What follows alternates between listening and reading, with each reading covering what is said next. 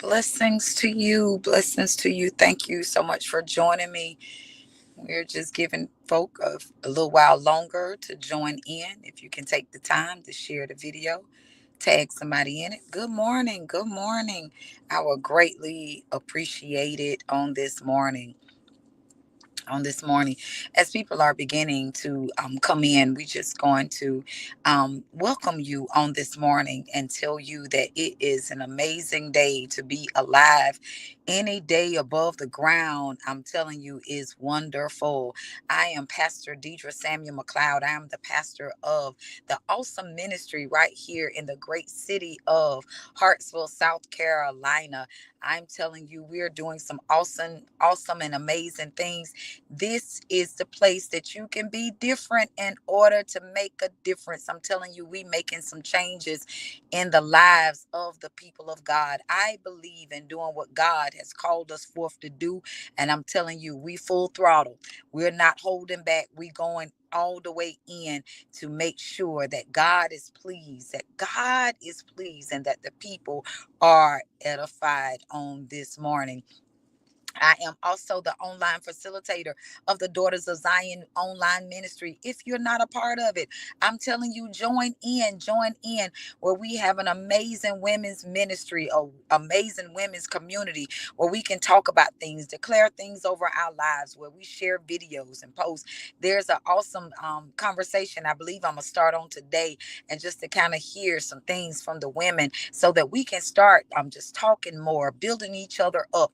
I'm looking to make a great impact in our lives. So on today, our topic is it's time. It's time.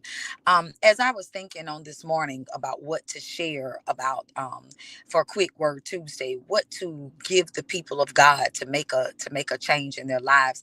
I don't believe in just doing something just to do it, just to waste time. I believe in every time that I do something, I'm gonna give it all that I have. I'm telling you, I'm never gonna give you fluff. I don't care what I'm doing or anything that I'm ever a part of. I can promise you that I'm going to give it all to you as the Lord has given it to me. And as I was thinking about it's time, I started going over things that I've been afraid of, things that we have been afraid of, things that we have nurtured, and the Lord never called us to nurture those things. What are you saying, Pastor McLeod? We have oftentimes nurtured our wounds, we nurtured our pain, we nurtured our hurt, and we just played over it. We babysat it. We put it in seat belts, and we have made our hurt and our pain comfortable. We've made it comfortable. We've made it so comfortable that we've made it a part of our lives, and God never intended for it to be a part of. We made our pain so loud. We allowed it to scream more in our ears.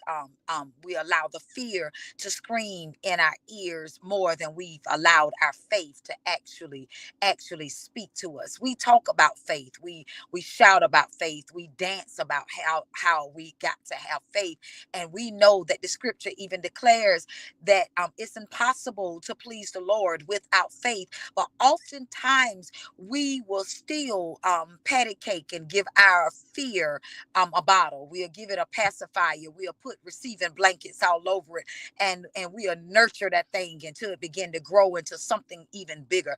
And it'll start off something small, and after a while it has grown into something so huge that we're trying to figure out, why am I here? How did I arrive here? How have I allowed something that was so small to take over my life to a point that I no longer see my dreams? I no longer see the thing that God has spoken over my life. I no longer see it because I see my fear more than I see my faith. I no longer see my dreams. I no longer see my hope. I no longer see my marriage. I no longer see me winning. I no longer see me prospering. I no longer see me healed. I no longer see me whole. I no longer see those things because all I see now is nothing but my fear. I've held grudges for so long that I no longer can see that I can actually forgive. I've held it so long, and people have made something so minute to be so big because we have now allowed the small thing to now grow into something so big. The scripture even declares that it's the small foxes that destroy the vine, because we have made things that are so small, that are so minute, we have allowed it to now grow to such a big place in our lives that we are no longer able to see nothing that God has ever spoken over our lives, simply because we allowed it to be in our lives.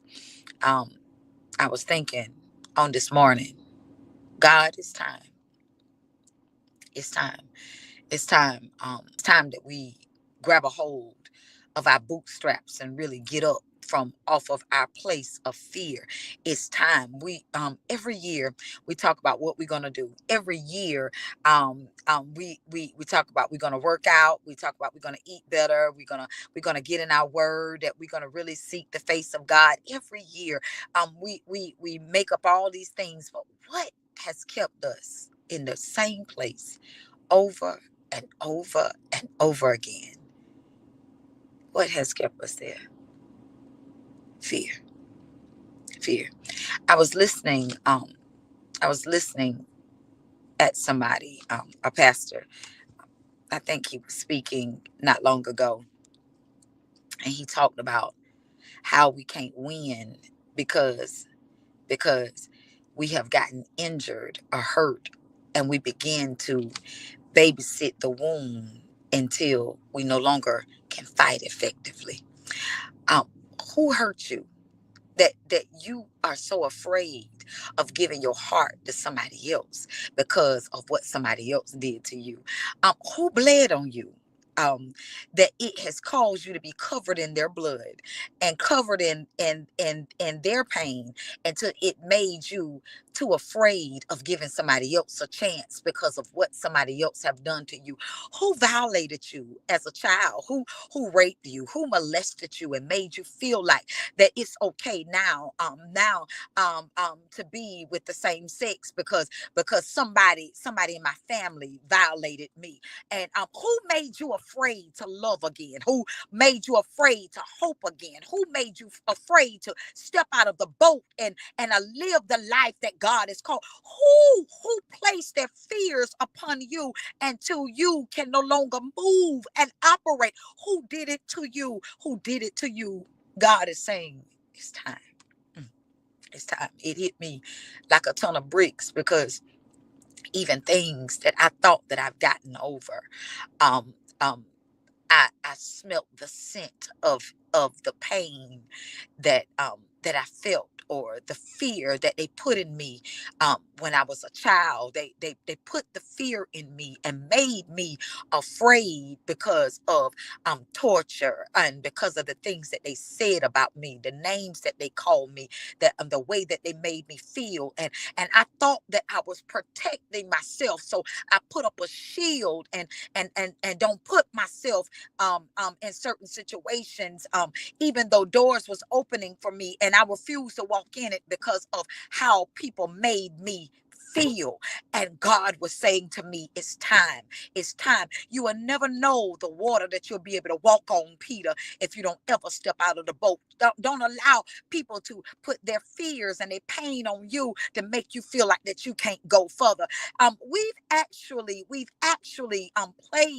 played with the enemy. We played the game with the enemy because he have placed those fears on us for so long, until we've forgotten how far that we have really come. We've really came a mighty long way, but we don't really know how far that we have really come, because we're looking at the pain, we're looking at the shame, we're looking at the hurt, we're looking at the disappointments, we're looking at all of the stuff that had our lives in disarray, until we don't even realize that we have really came a mighty long way. Look where the Lord has brought me from, all through danger seen and danger unseen. God has really brought me a mighty long way.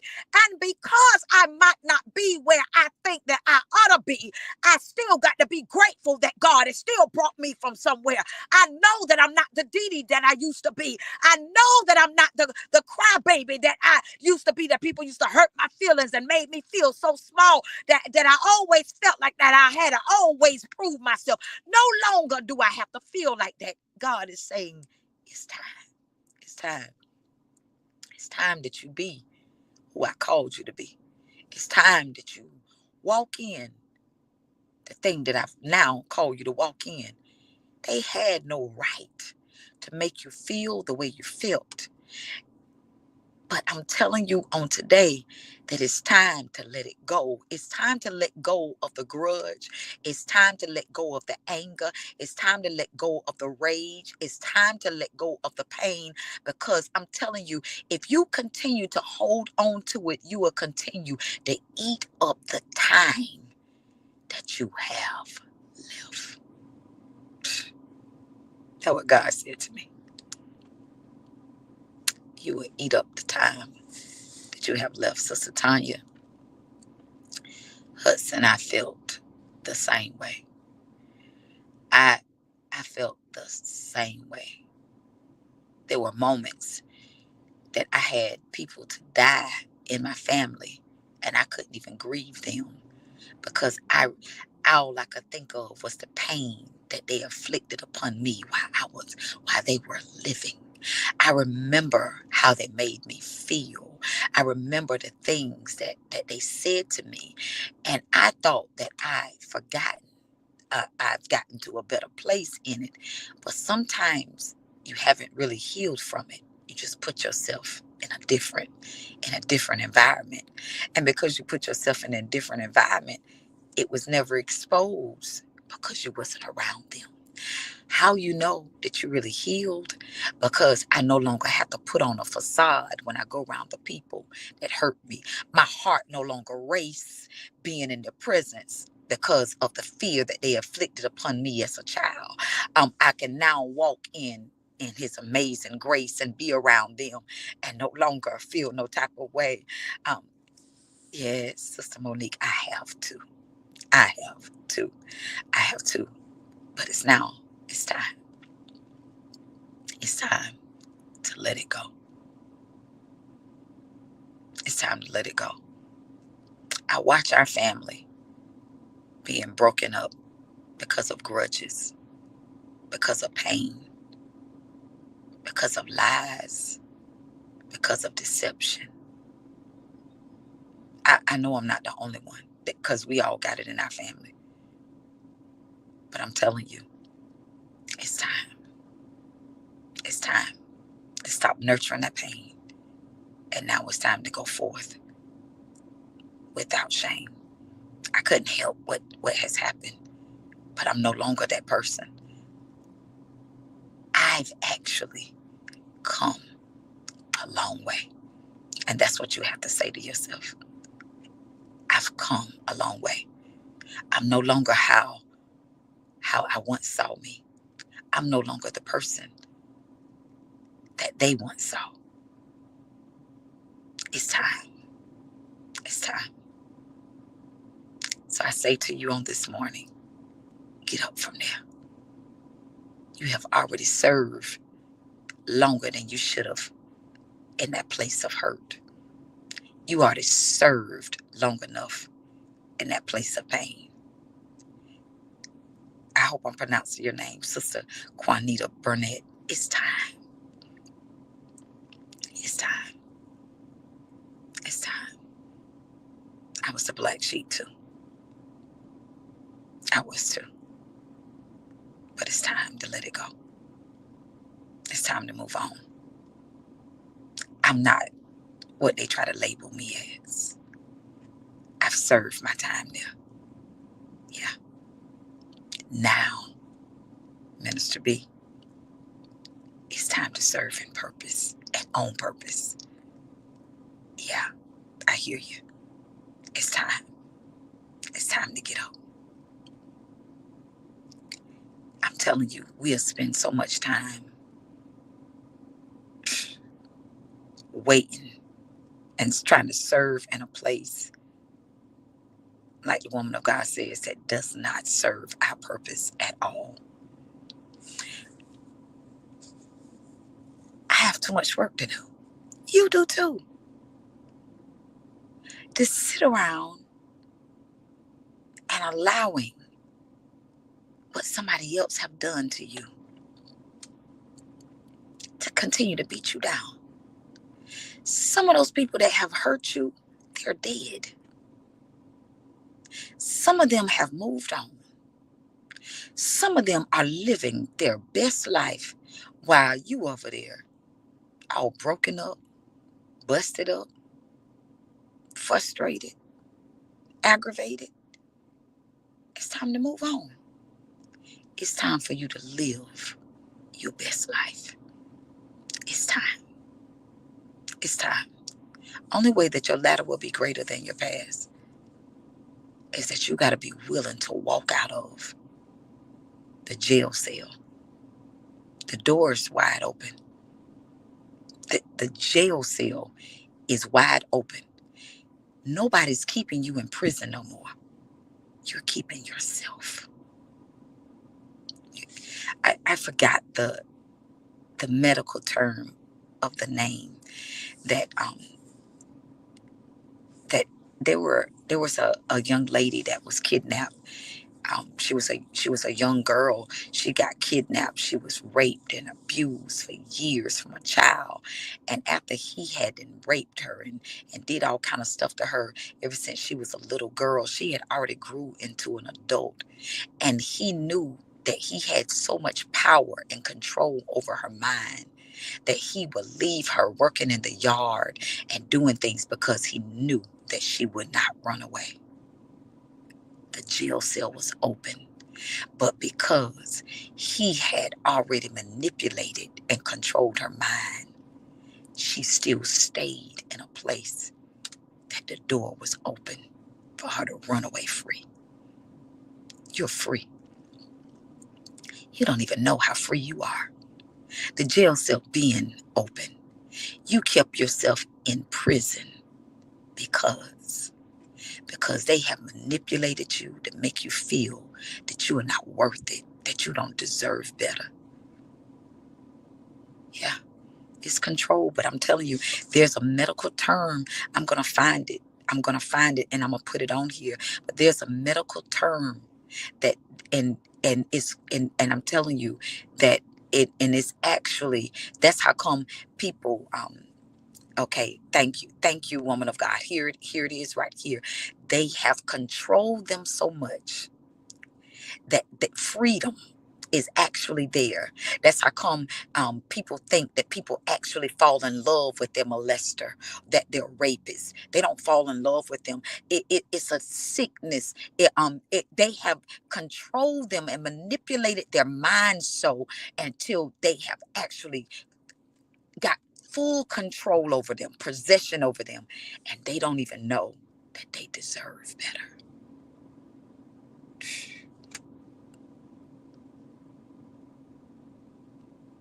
They don't even know it.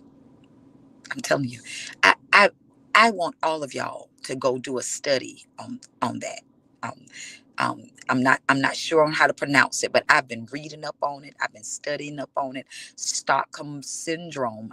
I know I probably jacked up the name, but I've been reading on it because I'm telling you, there is people. There is people that are actually, yes, and they have been, I'm telling you, brainwashed. I'm telling you, and they don't even know that they have the right to be able to leave because of the position they have kept them in. The other woman of God came on, Coach Sandra Gamble, talked about trauma bond. Yeah, they're not in love with their rapists. They're not in love with the molesters. Do you know how powerful trauma can be?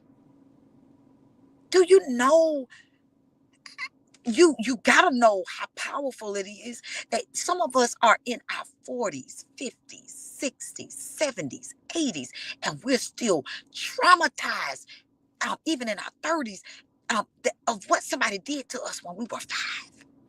10.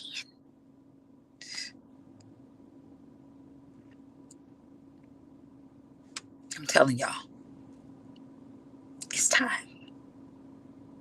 It's time to live a life of freedom. I'm all for shouting.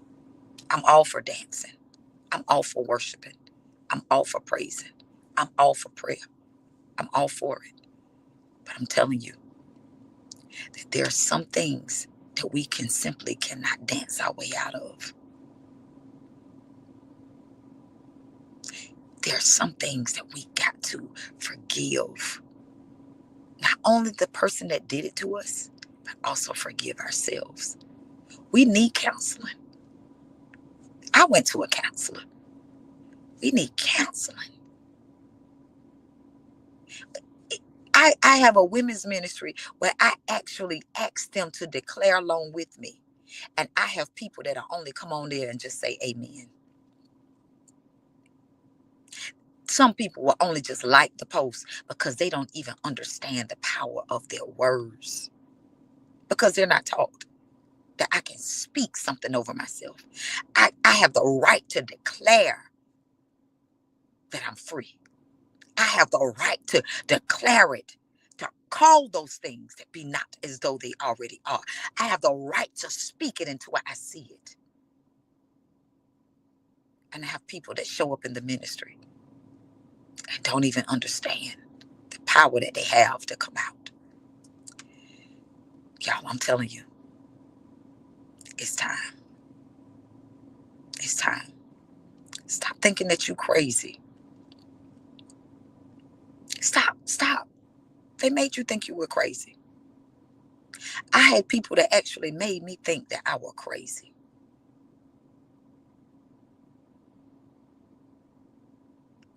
It's time.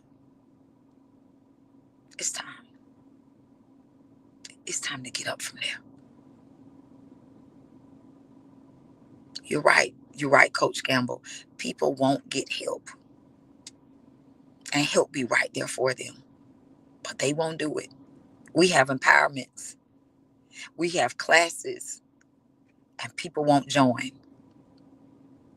Because they want to continue to look like that they're healed. And they're actually all broken. It's okay. A lot of us look together and have gone through a lot of trauma. But the difference between us and you, we decide to get up and declare our freedom and don't allow nothing to stay in bondage over me. I'll say this one more thing and I'm getting off. One of my friends, um, she has a family member. They comfortable in their brokenness. She have a family member.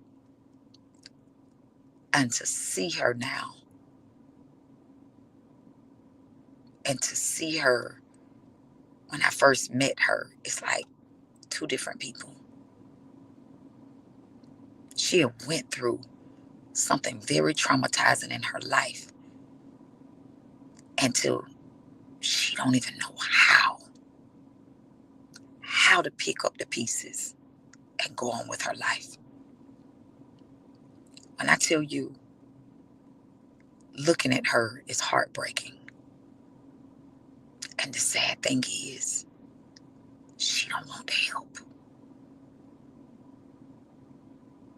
Smoking cigarette after cigarette, saying some of the most hurtfulest and mean things to people, and thinking that they're winning, and they're not. All because she refused to deal with her trauma.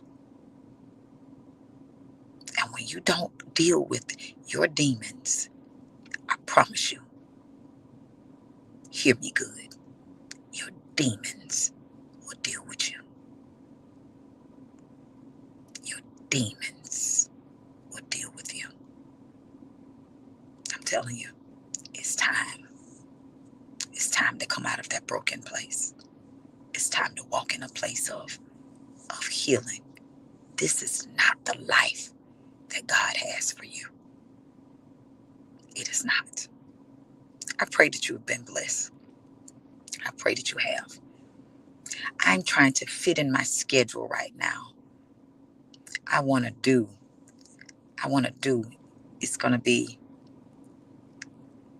I know my armor bearer, my assistant, she's going to help me with it. But what I've been seeing was pink ice, pink pajamas, and pour. I've been seeing those three things. We're going to put it all together and we're going to have an event. I don't know when, but I got to work through my schedule because I'm telling you, I don't want to just come and just shout. I want to come. I want to pour. I want to prophesy. And reason why the pajamas, because I want you to come out of no dressing it up, not looking like, not looking like you all put together and you broke it. Now, being in my pajamas, I can be comfortable to be free. The pink diamonds, the pink ice is, we all a diamond in the rough. We just got to get some of that stuff off of us so we can shine like the diamond that we are. I'm telling you, I've been looking back and forth over my schedule. We coming. It is my desire. I know sometimes every time I do something, the same people show up. I'm looking for some new faces because I want some people to stop being comfortable with their brokenness. Hey, you might not like the messenger. You might not like me, but I'm the one that God is using to do this stuff. You better come get healed. Yeah, and be a safe space. Come be healed. And stop looking at me and look at the God that's in me. If you've been blessed on this morning, sow something into our ministry. I'm telling you, we're trying to do something. I pray that we're able to finally get to a place that we can just do all free events. But unfortunately, we haven't gotten there yet, but we're going to get there. Watch what God do. Have an awesome and wonderful day. And remember, it's time. It's time. I see you. I see you this evening at 6 p.m. as we go forth in prayer and Bible study. I'm telling you, you don't want to miss being in the place. God is doing something amazing. I know it's good to come on live sometimes. Come on live. Yeah, yeah. But sometimes you have to be in the room to get what you need. Sometimes you just got to show up. You got to get eyeball to eyeball with your stuff and show up in the room. So every Tuesday we have prayer, we have Bible study, 6 p.m. at 117 Darlington Avenue. On Thursdays, we have an awesome woman of God that leads us in prayer, Power Ministries. I'm telling you, if you're not a part of the ministry, join it. POWWA. Join in with it. We're powerful women.